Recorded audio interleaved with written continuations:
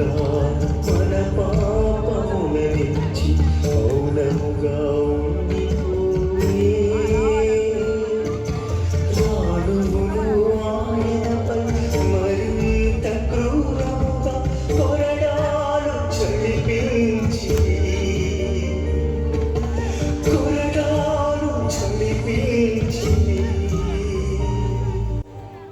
తొమ్మిదవ స్థలము యేసు ప్రభువు మూడవసారి శిలువ క్రింద బోరుల పడుట. యేసు క్రీస్తువా, మేము ఆరాధించి మీకు స్తోత్రము చేయుచున్నాము.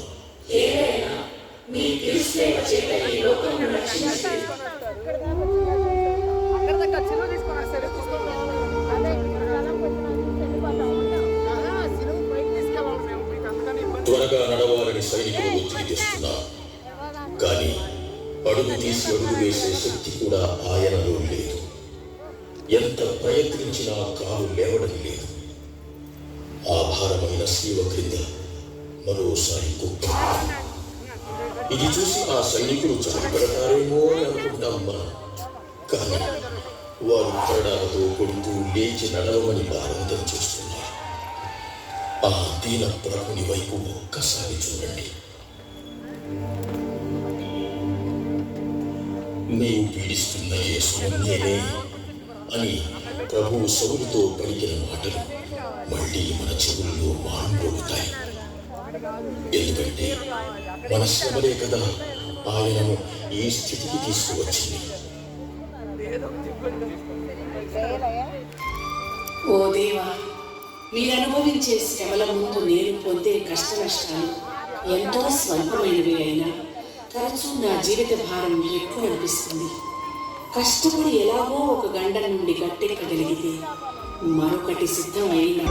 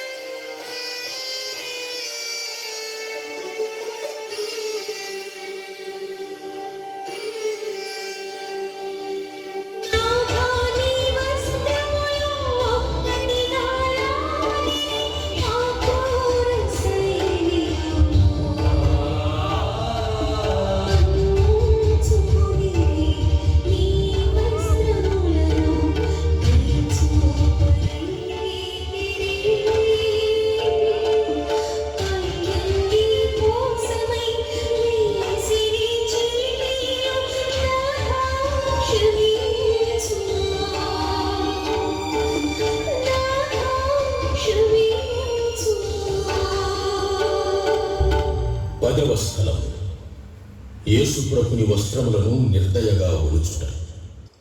యేసుక్రీస్తువా, మేము ఆరాధించి మీకు స్తోత్రము చేయుచున్నాము.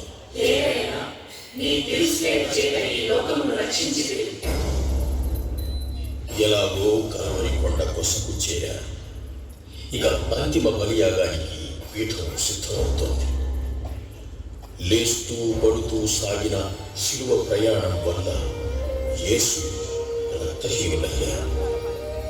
శరీరం అంతటా గాయాలే.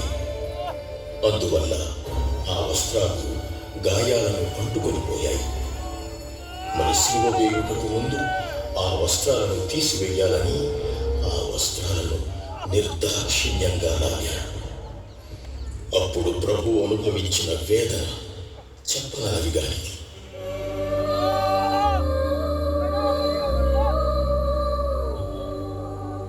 శ్రమలను అనుభవిస్తున్న ప్రభువా, సర్వవిధ పాప దోషాలు, అన్యాయాలు, అవినీతి నా శరీరంతో అంటుకొని పోయాయి. అందువలన వాటిని లాగుతుంటే నాకు ఎంతో బాధ కలుగుతోంది. అయినా దేవా, పాత మనిషికి స్వస్తి చెప్పి పాపపు వస్త్రాల స్థానంలో మిమ్ము నూతన వస్త్రంగా ధరించాలని ఉంది. ఈ నా పాపములను పరిత్యజించినప్పుడు నాకు కలుగు వేదనను సంతోషంతో సహించున్నట్లు మీరు నాకు సహాయం చేయండి. ఇక నుండి వీటిని ఒంటిపైకే రానివ్వకండి. ఆమేన్.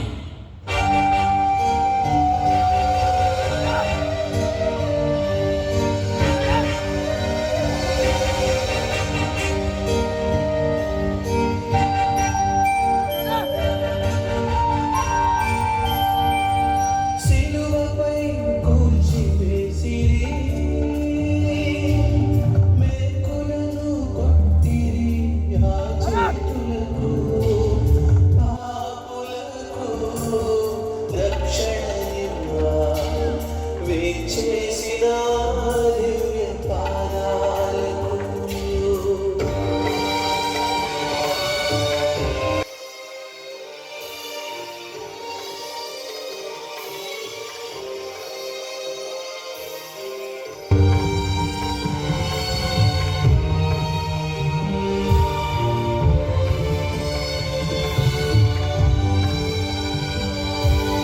కన్నేని సైనికులు మేకులను